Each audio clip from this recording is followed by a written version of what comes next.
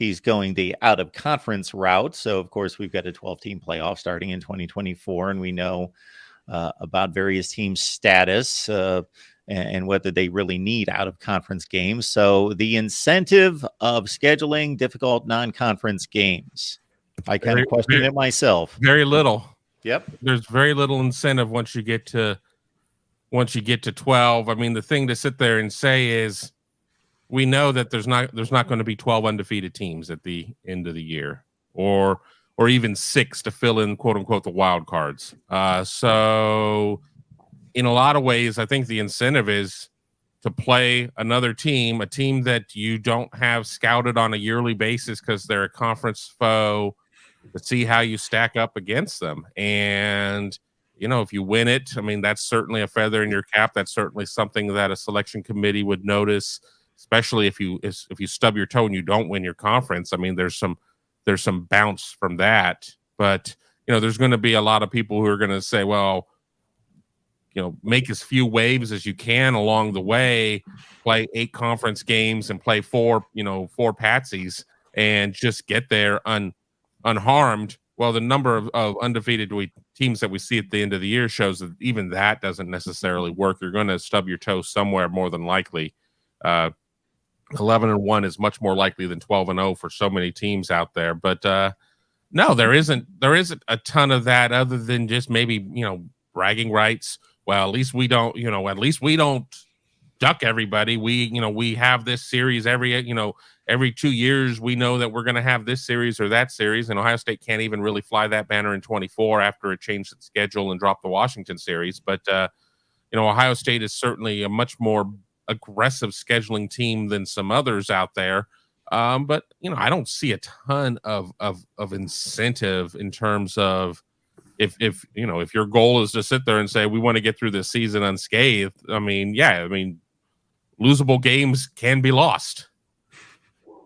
Yeah, and I think going forward with the 12-team playoff, you can afford that loss if it happens in September and still make the playoff if you do really well in your league. I think 10-2 may get you in some years if you've played a decent enough schedule. They're going to weigh that out and say, yeah, they were 10-2, but they lost to the number 4 team and they lost to the number 9 team.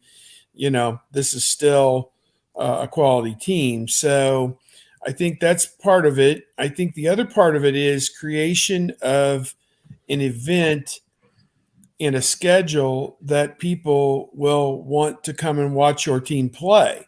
I think, next year's season ticket sales will be a little bit soft because there are no marquee games other than Michigan.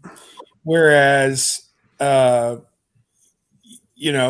year when you had Notre Dame on there and Michigan, they were able to sell suites and seats and parking spots at a premium price and up the contribution that you needed just to have the right to buy stuff, all those things. So I think it's just kind of an all enveloping thing at Ohio State that you create the buzz surrounding a Texas series. I mean, when Alabama rolls around here in a few years, they're going to up all that stuff I just talked about, add another 10% for whatever it is on an annual basis that you pay for seats, parking, and the contribution just to buy seats. Add whatever it was, X plus 10% that year. So it's kind of a windfall for the athletic department to have those marquee events on the schedule every now and then, I think. So I think that's part of their thinking. I guess I just don't subscribe to the idea of, well, we've got a football team, let's not test them. I don't know. I've in my entire time at Ohio State, back to when I was a student, they've always played, on average, one really good non-conference game every year, and sometimes more than that. And obviously a few years like next year, just the way the schedule broke, they're going to play 3 group of 5 teams as opposed to any Power 5 teams. But, typically it's been the tradition at Ohio State that you play at least one decently high caliber team. I remember Washington with Tyrone Willingham was kind of at rock bottom, but it just happened to be when that game was scheduled, and Ohio State went out there and won that game pretty handily. So, just as an example, but yeah, I would prefer it if I was a fan that my team would play a big name non-conference opponent, just because they play so many crappy teams throughout the course of the year. I mean, this year really boils down to a 4-game season, and with what is it, Notre Dame, Penn State, Wisconsin, and Michigan. I don't think anybody else, is really on this schedule. Going to test them that heavily. Maybe Wisconsin, Notre Dame, Penn State, and Michigan. I mean, is there anybody else on this schedule that's really going to put a fear in you? And then ultimately it comes down, as I've said this before, to how they play in the second half of the Michigan game. Do they stop the run in that one half of football? That'll determine 12-0 or 11-1, probably, I think, for Ohio State this year. But I'm good with it. I like them having one good game a year. Yeah, until about 30 years ago, all of the non-conference games were against what we would consider Power 5 opponents. They were other big conference opponents. And then, like 30 years ago, you start throwing in Bowling Green, and they finally decided, okay, let's start playing some Ohio schools again. And then from there, you just, now let's play Rice, and now let's play, somebody else that's an easy win. And, Fresno State they did, and just examples like that. But before that, it was all Power 5 legitimate teams. I mean, you look at like 1987, it was West Virginia, Oregon, and LSU. The year before that, it was Alabama, Washington, and Colorado. Like that was the normal non-conference schedule. And then what you get next year is, it's an insult to the Ohio State fans. It's an insult to college football fans. And Michigan is dealing with it these next 2 years. And I think if you're seeing a decline in attendance, Ohio State doesn't sell games out anymore. Gene Smith isn't trying to sell games out anymore. They're just trying to make as much money as they can while getting a win, and knowing that you're going to lose some people to the television audience. You're just going to stay home. But you know what? If you have better games, then they might actually come to the games and spend time in town. And the idea that you shouldn't be playing more big games and out of conference.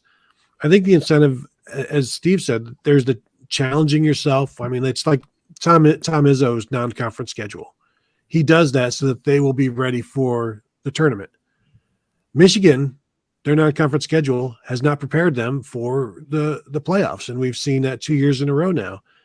And Ohio State's schedule is not going to prepare them for the playoffs. Their practice is going to have to prepare them for the playoffs, the non-conference rather. They'll get plenty of work from the conference foes next year, but I think you can afford losses. There were 4 teams last year that had 1 loss or less when the final rankings were set, when the playoffs would have been set. So you've got 8 teams with at least 2 losses that are going to make the playoffs last year. The year before, there were 5 teams with 0 or 1 losses. So you'd have 7 teams with multiple losses in the playoffs. There's going to be a year where you've got a team with 3 losses in the playoffs. Like, you can't afford to lose. You can't afford to give your fans entertaining games. You can afford to give your television partners who control your lives now games worth watching.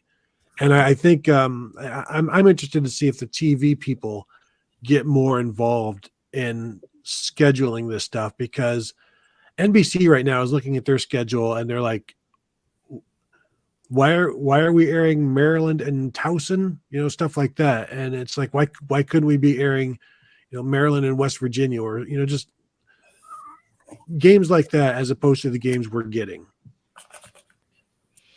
Yeah, I just think at some point a committee, a governing body has to get involved. That's what I love about what the Big Ten did with the conference schedule. Is it's almost an NFL format where there is a regimented set of guidelines that is a formula, but then there's also a nuance that is based on, what was the term used, the changing of the competitive balance or the competitive trends as we go from 2 year to 2 year to 2 years.